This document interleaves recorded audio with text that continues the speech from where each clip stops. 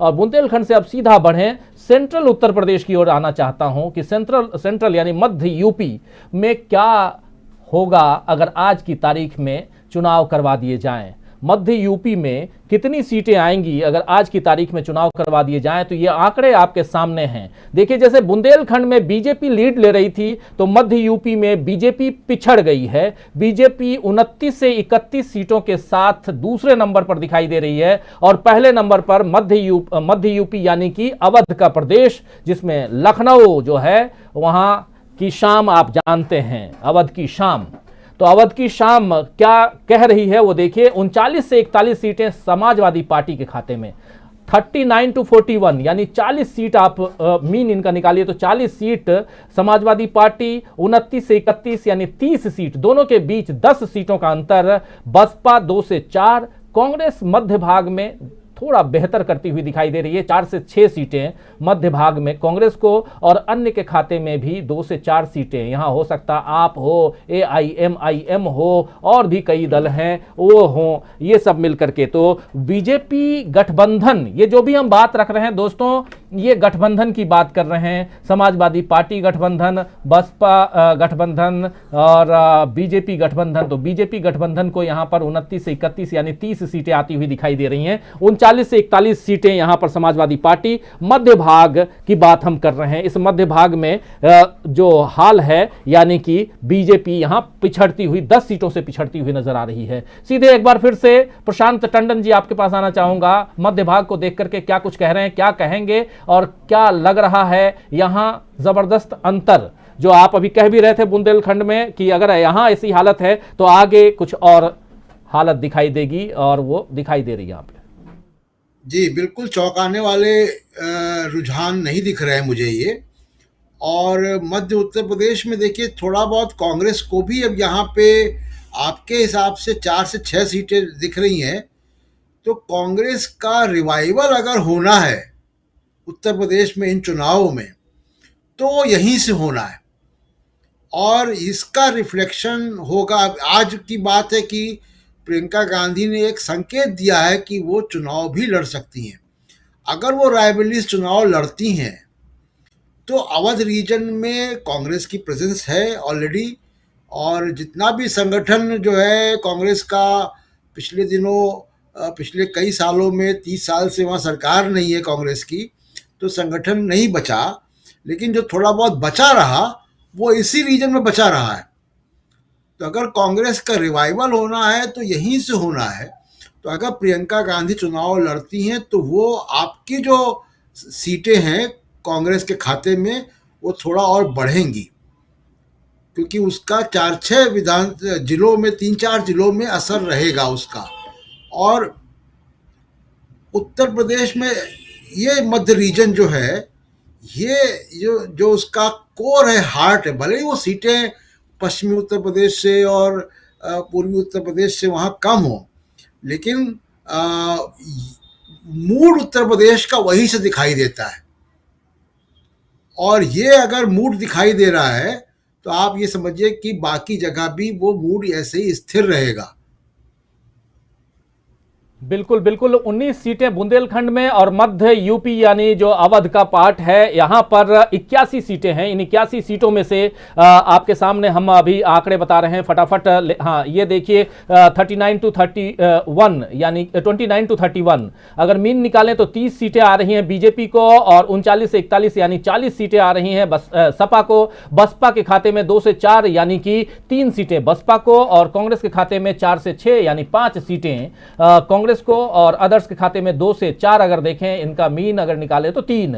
तो इस प्रकार 81 सीटों की गिनती पूरी होती है, और इसमें 10 सीटों का अंतर यहां दिखाई दे रहा है भारतीय जनता पार्टी और समाजवादी पार्टी के बीच। अखिलेश यादव यहां पर मध्य भाग में लीड करते हुए दिखाई दे रहे हैं, उनकी पार्टी लीड करती हुई दिखाई दे रही है। अमलेंदु उपाध्याय जी, फटाफट मध्य भाग क्या कहेंगे?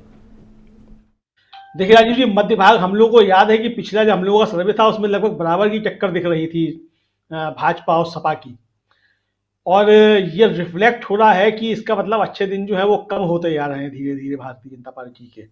और इसी का परिणाम हो सकता है कि योगी जी जो है फिर वो अयोध्या से लड़ने की हिम्मत ना जुटा पाए हों, लौट के गोरखपुर चले गए हों। ये भी इसीलिए हो सकता है क्योंकि जो आंकड़े हम लोगों के पास आ रहे हैं, जिस विधि से हम लोग कर रहे हैं, जाहिर सी बात है कि सरकार भी और भारतीय जनता पार्टी भी लगभग उसी तरीके से सब आंकड़े इकट्ठा कर रही होगी और ये सूचनाएं उसके पास भी होंगी किस तरीके से जो है वो स्विंग उल्टा घूम रहा है। तो ये जो मध्य उत्तर प्रदेश है, यहाँ से जो सूचनाएं आ रही हैं, यहाँ के जो आंकड़े आ रहे हैं, ये निश्चित तौर पर बता रहे हैं। हालांकि ये भारतीय जनता पार्टी का गढ़ एक तरीके से कहा जा सकता था अवध के क्षेत्र को, कि उस गढ़ में भी जो अगर ये स्थिति हो रही है तो ये आगे जाके और इसकी स्थिति मुझे लगता है भारतीय जनता पार्टी खराब होगी। और मैं प्रशांत जी की एक बात से बिल्कुल सहमत हूँ कि ये कांग्रेस के लिए भी संजीवनी दायक जो है वो क्षेत्र है एक तरीके से कहा जाए।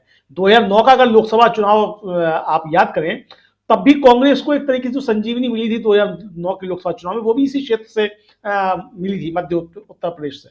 तो अगर प्रियंका गांधी चुनाव लड़ने की घोषणा करती हैं तो जाहिर सी बात है कि उसका असर जो है रायबरेली, प्रतापगढ़, उन्नाव, बाराबंकी, फैजाबाद इन सब पे पड़ सकता है।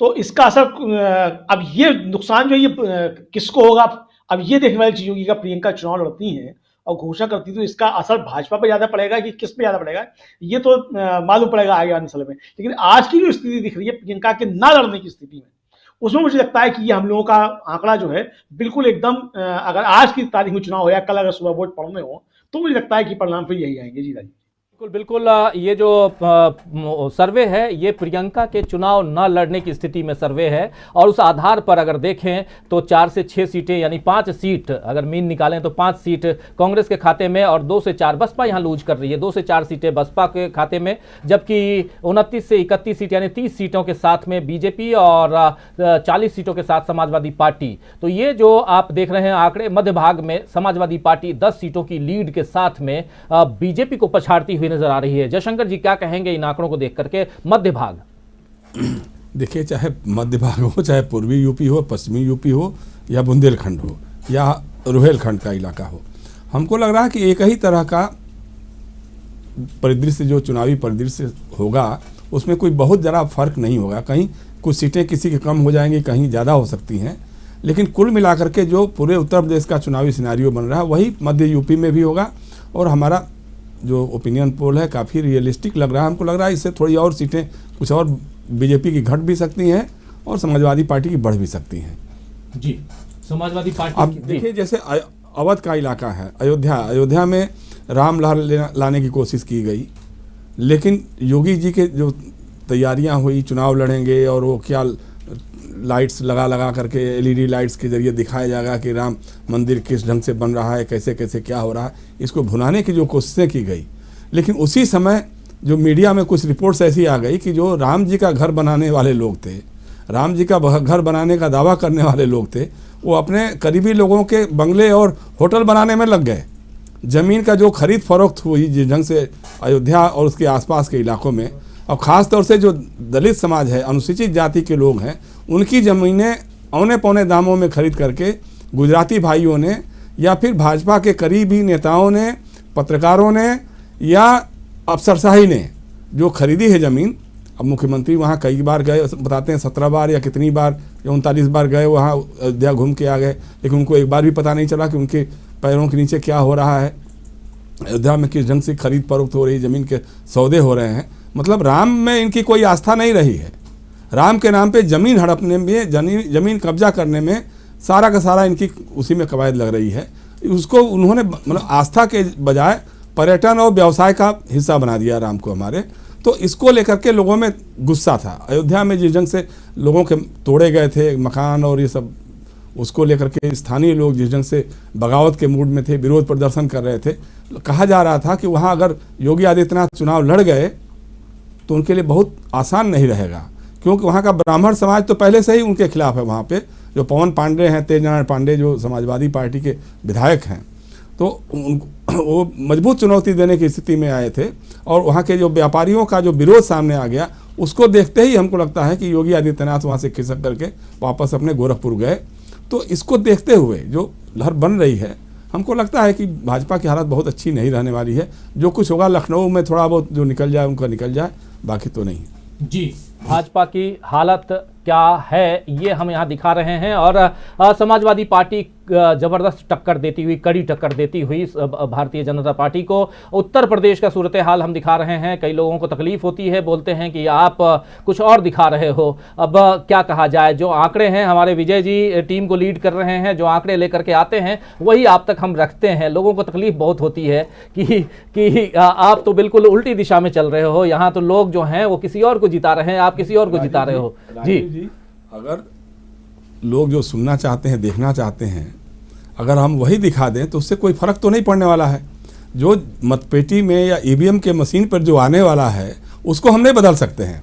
आपके कहने से, अगर हम आपको खुश करने के लिए अगर हम कह दें कि भारतीय जनता पार्टी तो 325 सीटें जीत रही है, तो हमको कहने में कोई हर्ज नहीं है। लेकिन अगर जहां हम सर्वे कर रहे हैं, हो सकता है कि हम जिनके बीच में जा रहे हैं उनका रुझान कुछ और है और कुछ और बता रहे हैं लोग, या और लोगों के बीच हम नहीं पहुंच पा रहे हैं, ये बात हो सकती है। ओपिनियन पोल कोई सार्वभौमिक सत्य नहीं होता है, ये बात भी सही है। लेकिन जो हमको जो फीड मिलेगा वो हम दिखाएंगे आपको।